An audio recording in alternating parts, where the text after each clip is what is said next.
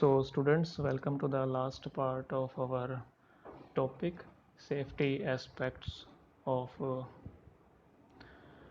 food additives, toxic elements, radionuclides in milk and milk products.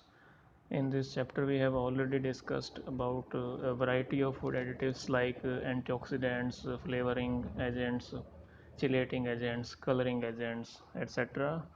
So now we will have a look on some of the toxic elements which are inherently present in different foods of natural origin and little bit knowledge of what are radionuclides and how they gets incorporated into different milk and milk products and what are their health effects.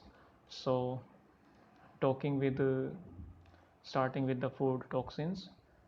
Food toxins not only uh, foods not only contains the nutrients but they also contains a large number of chemicals and some of which are usually toxic. There is uh, for some natural toxins there is some purpose that the plant is producing some type of natural toxins for its own protection, and those toxins are passed on into those foods which are basically of plant origin.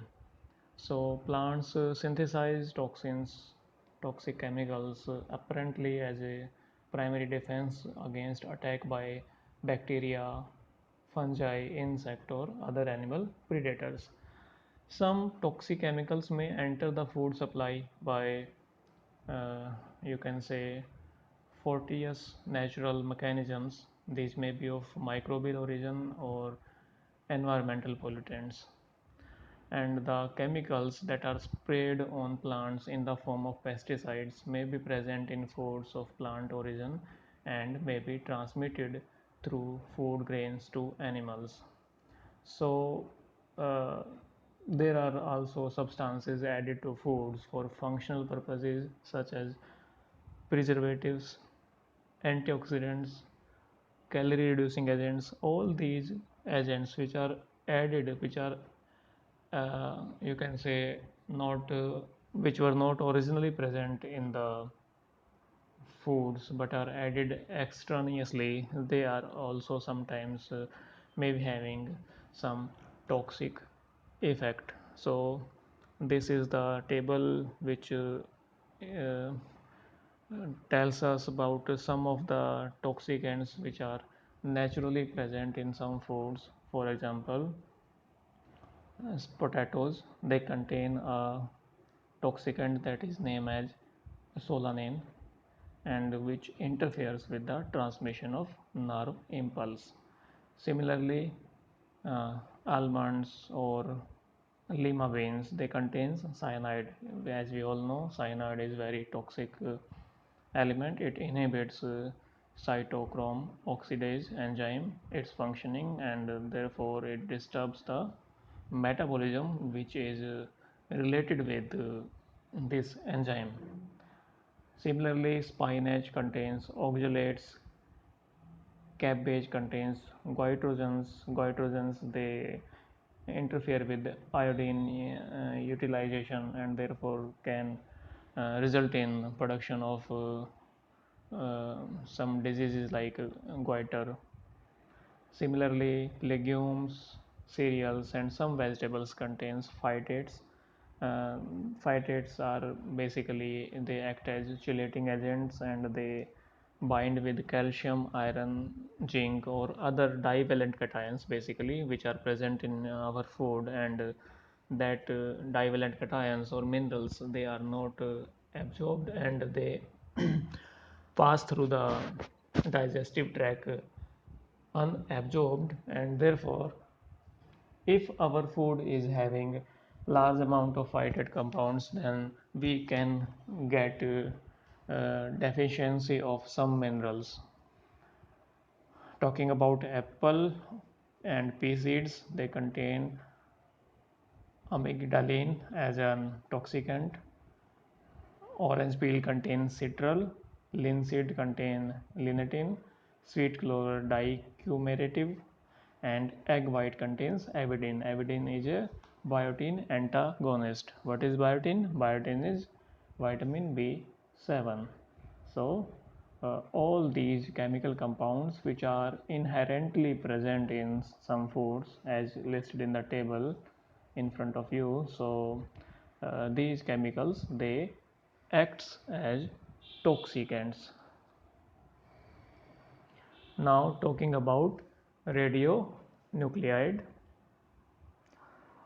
A radionuclide is a nuclide with an unbalanced and unstable nucleus. Its nucleus is not stable, so therefore it continuously emit rays, and those rays continuously emit energy in the form of rays, and those rays are very harmful for our system.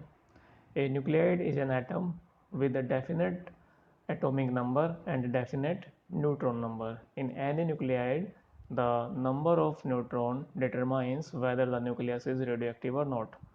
For the nucleus to be stable, the number of neutron should in most of the cases be a little higher than the number of protons. And if the number of neutrons is out of balance, the nucleus has excess energy and sooner or later will discharge this energy in through a process, and that process is known as decay process, and that is by emitting rays or subatomic particles. So a nuclide with such an emitting uh, unbalanced nucleus is unstable and is called a radionuclide or radioactive nuclide. Radionuclides are often referred to by chemists and biologists as radioactive isotopes or radioisotopes, and they play an important part in the technologies that provide us with food, water, and good health. So, radionuclide may occur naturally, but they can also be artificially produced. Nuclear weapons uh, test has released large quantity of plutonium, cesium, 137, plutonium, and other radioactive elements, and therefore discharge routes. If we talk about the discharge routes of these radioactive elements, they are from a nuclear site can be liquid, gaseous, or solid. The aquatic pathway covers potential contaminants of oceans, rivers, and lakes due to liquid discharges. The terrestrial pathway deals with potential contamination of land, predominantly due to gaseous discharge to the atmosphere.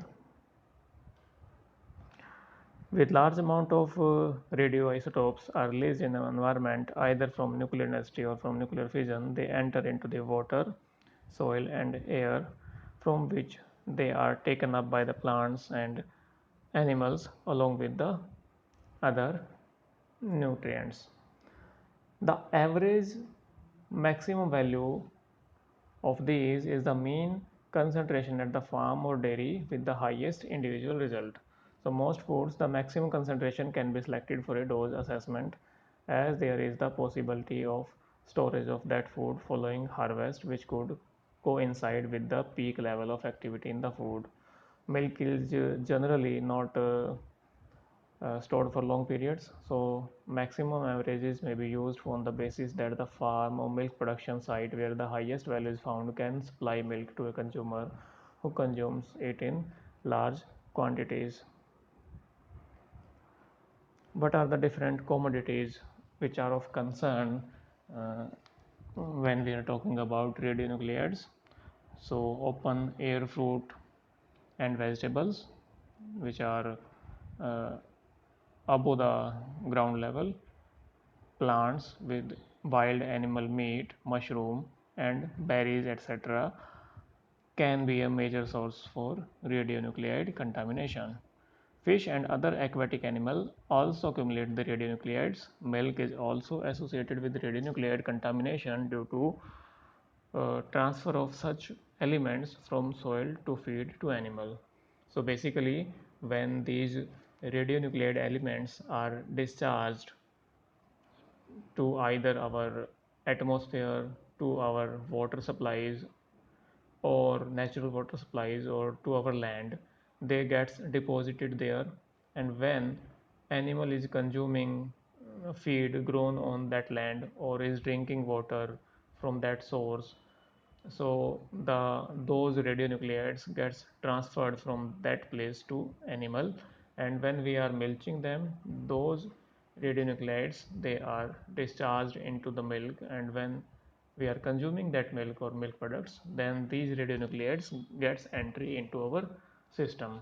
So this is the chain, so through which the radionuclides gets entry into our system. When if we are talking about milk and milk products, then iodine 131 is the major radioactive uh,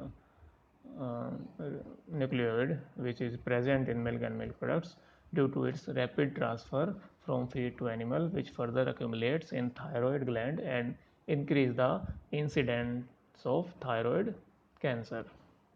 If we talk about the possible health effects, or what are the ill health effects that are caused by uh, these radionuclides, then they may be divided into two types. One is acute health effects and the other one are chronic health effects.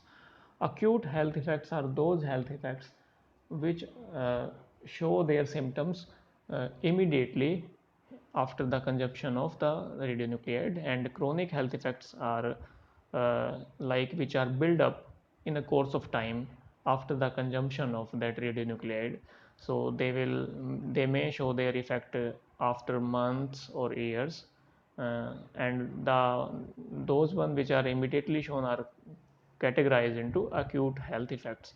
So acute health effects may be nausea, skin irritation, vomiting, fatigue, headache, extreme tiredness, hair loss, and organ failure. And the chronic health effects may be increased risk of thyroid cancer and skin cancer.